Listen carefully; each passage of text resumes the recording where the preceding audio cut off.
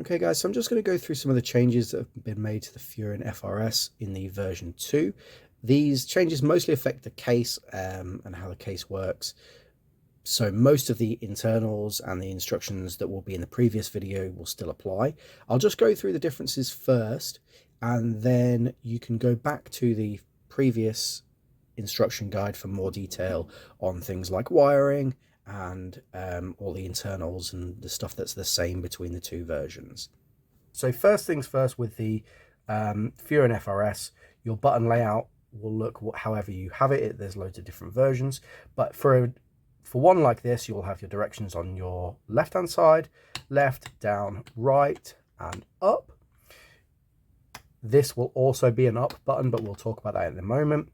And then for a PlayStation layout, you will have square, triangle, R1, L1, X, circle, R2, L2, and then across the top in this order you've got start, select, home, touchpad, L3 and R3. The USB point is in the back here, and the USB can be plugged in there, and there's a switcher on the front that changes what these buttons do.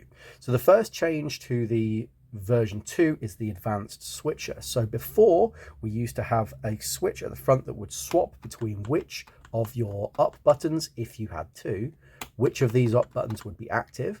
It still does that, but now what it does is when this side, if you have a WASD or anything else on this side that already has an up button, if you have this up button as active, the thumb button will now replace L1. So your L1 button will no longer work, and your L1 will be here instead. And then when you switch back, the up button on this side will no longer work, your other directions will, and your thumb button will be up, and your L1 button will be back to normal, and this one will work. If you have a version that doesn't have this thumb button, for example, but you have 4 directions on the left here, and you still want that L1 whilst having that, there's a very easy way to change that, and I'll show you that in a minute. The second difference to the version 2 is with the bolts. Now you'll notice that there's, if you've seen both, there is an extra bolt here in the middle. The reason for this I'll explain in a moment. With the old version, in order to get the top plexi off and the next layer, you would need to take all the bolts off.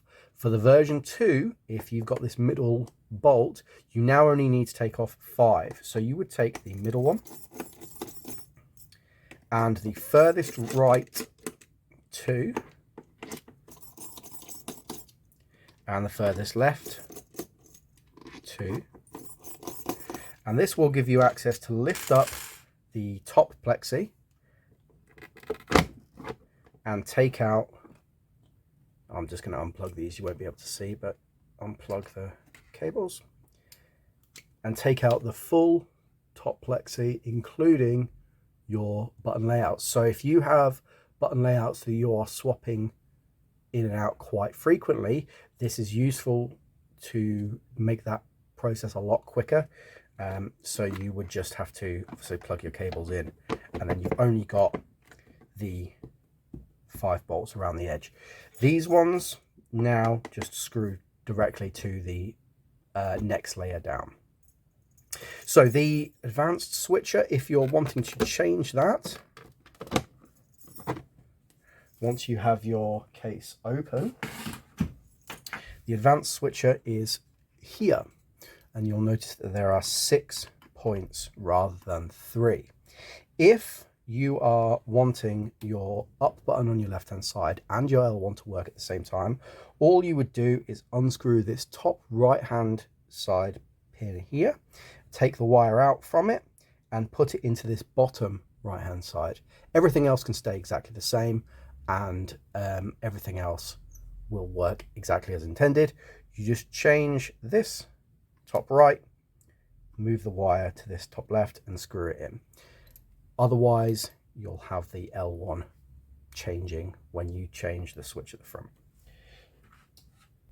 The next big change for the version 2 is that it now allows fight stick left hand side options. If you order one complete with the fight stick on the left hand side, it will obviously come assembled for you, but if you order the add-on, you will get a spacer, which will look like this, that pops in where the top layer would have, and then you'll get your top layer, which will have a Sanwa JLF on the left hand side.